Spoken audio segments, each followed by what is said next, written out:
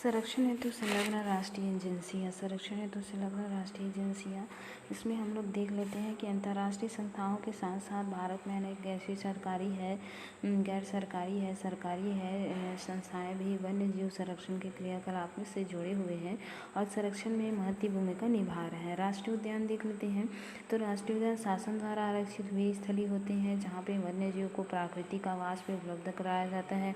उन क्षेत्रों में कृषि, वानिकी, पशुचारण है, लकड़ी संग्रहण आदि की अनुमति नहीं होती है। विश्व का प्रथम राष्ट्रीय उद्यान जो है येलोस्टोन उद्यान है, अमेरिका में स्थापित है। भारत में 1936 में प्रथम राष्ट्रीय उद्यान के रूप में कॉर्बेट पार्क की स्थापना की गई है। इसमें हम देखते हैं क्या था, संरक्षण हेतु संलग्न राष्ट्रीय एजेंसियाँ। तो पहला जो है भारतीय वन्य जीवन परिरक्षण सोसाइटी, तो यह गैर सरकारी संस्था है जिसकी स्थापना हुई है 1958 में। कहाँ पर हुई है? देहरादून में हुई है। और इस संस्था में संस्था संरक्षण से संबंधित शैक्षिक एवं अन्वेषणों से जुड़े क्रियाकलाप भागीदारी निभाते हैं। Bombay natural history society BNHS, तो इसकी स्थापना 1883 में हुई थी और ये भी गैर सरकारी संस्था है। और भारत, श्रीलंका, म्यांमार के वनस्पति तथा प्राणी जात के संग्रहण एवं अन्वेषण, शैक्षिक सूचनाओं से संबंधित क्रियाकलापों का निष्पादन करते हैं। भारतीय वन्य जीवन परिषद है, तो यहाँ सन 1942 में इसे 1952 में स्थापित केंद्रीय वन्य जीवन परिषद को परिवर्तित करके बनाया गया है। ठीक है, आगे हम देखते हैं। ठीक है, और ये जो यहाँ वन्य जीव संरक्षण अधिनियम वाइल्ड लाइफ कंजर्वेशन एक्ट बनाया जो भारत के सभी राज्यों में लागू है और कानून 1991 में संशोधन हुआ और वन्य जीवन परिरक्षण अधिनियम 1991 के नाम से लागू किया गया। ट्रैफिक इंडिया, इसकी स्थापना जो है 1991 में की गई, जहाँ पे जीवों एवं इसके उत्पादों से बनी वस्तुओं के व्यापार पर नियंत्रण एवं दिल्ली स्थित मुख्यालय के जरिए करता है। बॉटनिकल सर्वे ऑफ इंडिया, तो यहाँ संस्थान पौधे के सर्वेक्षण, परिवेक्षण तथा संबंधित रिसर्च से संबंध रखती है। यहाँ सटीक तथ्यात्मक आंकड़े राष्ट्रीय स्तर पर तैयार करती है।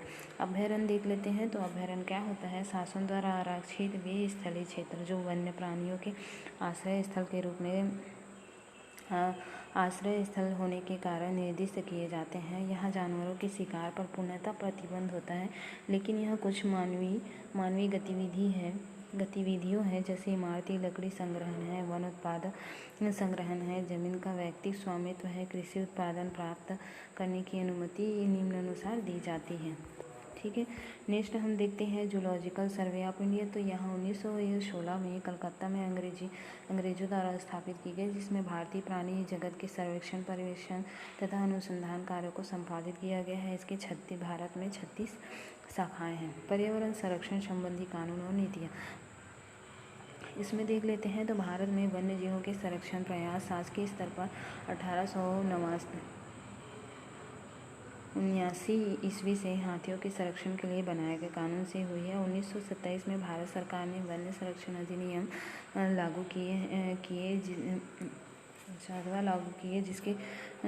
लागू किए जिसके द्वारा शिकार पर नियंत्रण व्यवस्था की गई। सन 1952 में भारत सरकार ने वन्य जीव कोष वाइल्ड लाइफ फंड की स्थापना की गई। संस्था राष्ट्रीय स्तर पर प्रति वर्ष फरवरी तथा जुलाई के प्रथम सप्ताह के वन्य जीव सप्ताह मनाती है। 1972 में नए वन्य जीवन संरक्षण अधिनियम को पास किया गया। उसके बाद अधिनियम के अनुसार जीव जंतुओं के जो विलुप्त होने की संभावना है उसे संरक्षित घोषित किया गया। संरक्षित जंतुओं की जीवित या मृत अवस्था में पकड़े या शिकार करने के लिए सजा प्रावधान दिया गया। वन संरक्षण अधिनियम 1980 की बात करें तो किन्हीं सार्थक कारणों से वन काटा जाता है तो जितनी संख्या में काटा गया है उसकी दुगनी वृक्षारोपण करना पड़ता है। 1988 में संशोधन किया गया। इसके तहत वन भूमि तथा वन क्षेत्र अधिग्रहण उपयोग केंद्र सरकार के अनुमति के बाद ही संभव हो सकेगा। 1991 में वन्य जीव प्रोटेक्शन एक्ट 1972 के तहत सन 1991 में नया संशोधन बिल पारित हुआ जिससे लुप्त होने वाले प्रजातियों के संरक्षण है परिरक्षण का विशेष प्रावधान किया गया। फिर लिखते हैं हम पहला जो है वन्य संरक्षण अधिनियम 1980। तो यहाँ वनों के विनाश है, वनों के विनाश को रोकने के लिए तथा वन भूमि के वन्योत्तर प्रयोजनों के लिए अंधाधुंध प्रयोगों को रोकने के लिए बनाया गया था। इस कानून के लागू हो जाने के बाद यह आवश्यक हो गया कि केंद्र सरकार की अनुमति के बिना किसी वन भूमि को वनोत्तर प्रयोजनों के लिए उपयोग नहीं किया जाएगा। सरकार का पर्यावरण और वन मंत्रालय 6 क्षेत्रीय कार्यों द्वारा अधिनियम को प्रभावशाली बनाया गया और राष्ट्रीय स्तर पर लागू करने में संलग्न हुआ। पर्यावरण संरक्षण अधिनियम 1986 देख लेते हैं। तो यह अधिनियम पर्यावरण से संबंधित सभी विषयों के लिए केंद्र व्यवस्था लागू करने तथा पुराने अधिनियमों की कमियों को दूर करने के लिए लाया गया। इस अधिनियम के अंतर्गत केंद्र सरकार को परिसंपत्तिमय पदार्थों के प्रयोग की प्रक्रिया सुरक्षा उपाय करने की जिम्मेदारी निर्वाह करने की शक्ति प्रदान की गई। आगे हम देखते हैं राष्ट्रीय वन नीति। राष्ट्रीय वन नीति के अंतर्गत क्या आ जाता है, तो यह राष्ट्रीय वन नीति संरक्षण एवं वनाच्छादन के विस्तार तथा लोगों की आवश्यकताओं को पूरी करने के लिए अपेक्षित उद्देश्यों को प्राप्त करने के लिए वनों के प्रबंधन में लोगों की भागीदारी सुनिश्चित करने के लिए और वन बंटवारे के आधार पर इसको वनों की सुरक्षा पुनरुद्धार के कार्य में ग्रामीण समुदाय है, अनुसूचित वर्ग है, ग्रामीण स्वैच्छिक संगठनों की सहायता एवं सहयोग लेने के लिए नीति की घोषणा की। 2002 में जैव विधेयक बिल पारित किया गया। इसके अनुसार कोई भी संगठन बिना पूर्व सांस की अनुमति के भारतीय जैव विविधता का दोहन नहीं कर सकता। साथ ही उसके होने वाले फायदे में बिना भारतीय हिस्सेदारी के वहाँ उपयोग नहीं किया जा सकता। रामसागर साइट्स तो किसके रामसागर अभी समय अंतर्राष्ट्रीय महत्व की आर्द्र भूमि से संबंधित है। ये संबंधित एक अभी समय या संधि है। यह आर्द्र भूमि के सही प्रयोग और संरक्षण को सुनिश्चित करने की अंतर्राष्ट्रीय संधि है। ईरान के द्वारा रामसागर में 2 फरवरी 1971 को हुए सम्मेलन में सम्मिलित होने द्वारा आर्द्र भूमि के संरक्षण हेतु एक संधि पर हस्ताक्षर किए गए। रामसर अभी कहलाता है। यहाँ अस्तित्व में 31 दिसंबर 1975 में आया। अभी तक विश्व भर की 2062 भूमियों को रामसर क्षेत्रों के रूप में पहचाना गया है। इसमें 45 आर्द्र भूमियों को विश्व विरासत की सूची में शामिल किया गया है। ठीक है, रामसागर देख लेते हैं। रामसागर अभिसाय अंतर्राष्ट्रीय महत्व की आर्द्र भूमियाँ होती हैं जो अभी तक शामिल किया गया है। भारत का सबसे बड़ा रामसागर साइट भीमबनकोल 1512.5 वर्ग किलोमीटर केरल में है और भारत ने इसे समझौते पर 1981 में हस्ताक्षर किया और यहाँ के 26 आर्द्र भूमियों को रामसर संरक्षित क्षेत्रों का दर्जा दिया। प्रत्येक 2 वर्ष में फरवरी को विश्व आर्द्र दिवस के रूप में मनाया जाता है, जिसका मुख्य उद्देश्य है आम लोगों को आर्द्र भूमि के महत्व और लाभों के प्रति जागरूक किया जा सके। भीतरकनिका आर्द्र भूमि ऑस्ट्रेलियन ऑलिव टाटर की जननी स्थली के रूप में विख्यात है। मणिपुर की लोकटक झील अनोखा आर्द्र भूमि के रूप में विख्यात है।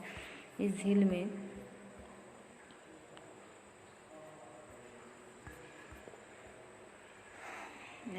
को दुनिया भर में अपनी तरह का इकलौता तैरता वन्यजीव विहार का दर्जा मिला। प्राकृतिक अपने विविध रूपों में प्रकृति को सुंदरतम रूप दिए हुए हैं और आर्द्र भूमि ने उन्हें अनोखा पर्यावरण का रूप दिया है। इसे विदेशी और देशों पर्यटकों के लिए आकर्षण का केंद्र माना जाता है। नियम दलदली क्षेत्र होते हैं जो अनोखी पारिस्थितिकी के कारण महत्वपूर्ण होते हैं, किंतु प्रदूषण के चलते इसके अस्तित्व का खतरा बना हुआ और संरक्षण हेतु प्रयासरत है।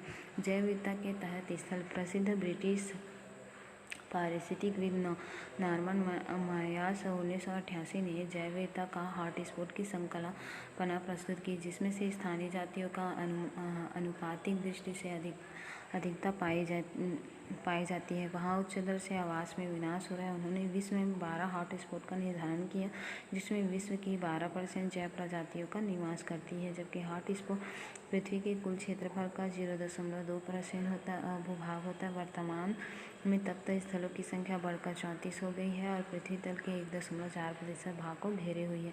44% तथा कुल कशेरुक जातियों के 35% भाग होती है और मायोट्स 2000 संस्करण के मानचित्र में आधार बनाया गया। हॉट स्पॉट के रूप में योग्य बनाने के दो मापदंडों को पूर्ण क्षेत्र में संवहनी पौधों की कम से कम 0.5% अथवा 1500 स्थानिक प्रजाति होनी चाहिए। क्षेत्र को अपनी प्राथमिक वनस्पति का कम से कम 70% हिस्सा खोना पड़ सकता है। इन मापदंडों के अनुसार विश्व के कम से कम 64 क्षेत्र हॉट स्पॉट हेतु सफल माने जाते हैं। ये क्षेत्र विश्व के लगभग 60% पौधे, स्तनधारी पक्षियाँ, सरीसृप और उभयचरों को जीवित रखने में सहायक होती है और स्थानीय प्रजातियों का बहुत बड़ा हिस्सा होता है। भारत के 3 ऐसे पश्चिमी घाट, पूर्वी हिमालय और इंडो बर्मा क्षेत्र इसमें आ जाते हैं।